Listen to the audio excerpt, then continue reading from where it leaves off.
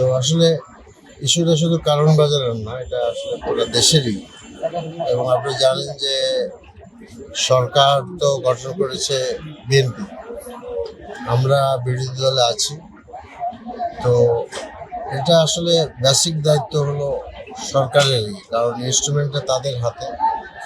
আমরা একটা মানবিক অ্যাপ্রোচ করতে পারি, ব্যবসায়ীদের সাথে বসতে পারি, এবং অলরেডি আমি ব্যবসায়ীর সাথে বসেছি, কারণ বাজারে সকল ব্যবসায়ীর সাথে বসছি। এবং সকল যারা অন্যান্য যারা ব্যবসায়ী যেগুলো আসলে আপনার বিভিন্ন রকম ইলেকট্রিক আইটেম, এটা রমজানের সাথে মানে সম্পর্কিত নয়।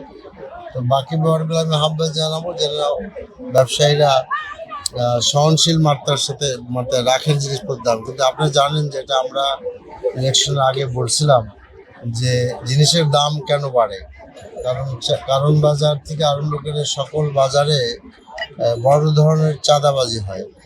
এবং আমি ব্যবসায়ীদের কাছ থেকে যেটা জানতে পারলাম যে এই সমস্ত যে ছোট ছোট দোকান বসে কারণ বাজারে, দুই পাশে বসে, কাঁচা বাজারও বসে, এগুলা 3টা শিফট হয় এবং প্রত্যেক শিফট থেকে একটা একটা ভালো অঙ্কের, এমনি অঙ্কের পরিমাণ কম, কিন্তু একটা দোকানদার যদি এক শিফটে 1000 টাকা দেয় আর 3টা শিফট যদি চলে তা 3000 টাকা, এরকম 1000 দোকান হলে কত টাকা দেয়?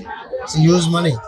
যার ফলে যারা নিত্য প্রয়োজনীয় জিনিসপত্র বিক্রি করতেছেন, সবজি বিক্রি করতেছেন, এরা ওই টাকাগুলো তো সেখানে মানে জিনিসপত্রের সাথে দামের সাথে যুক্ত করে নেয়। কাজে এই জিনিসগুলো যদি বন্ধ না হয় তাহলে জিনিসপত্রের দাম বন্ধ হওয়ার কোনো সুযোগ নাই।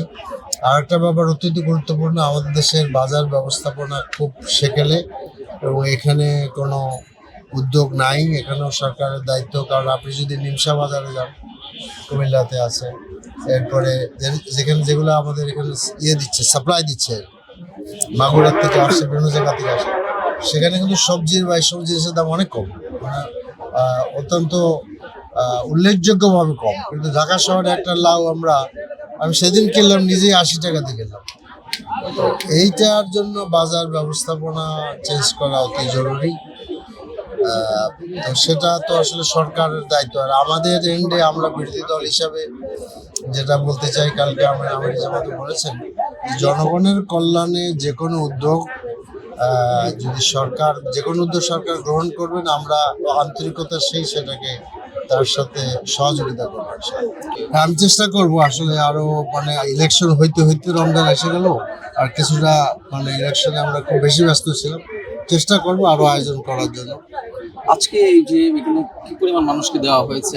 1000 লোককে পেয়েছে, ডিজার্ভিং পিপুল পেয়েছে। এর মধ্যে নারীরাই বেশি, ম্যাক্সিমাম নারী, মেবি আমার মনে হয় 75% নারী হবে।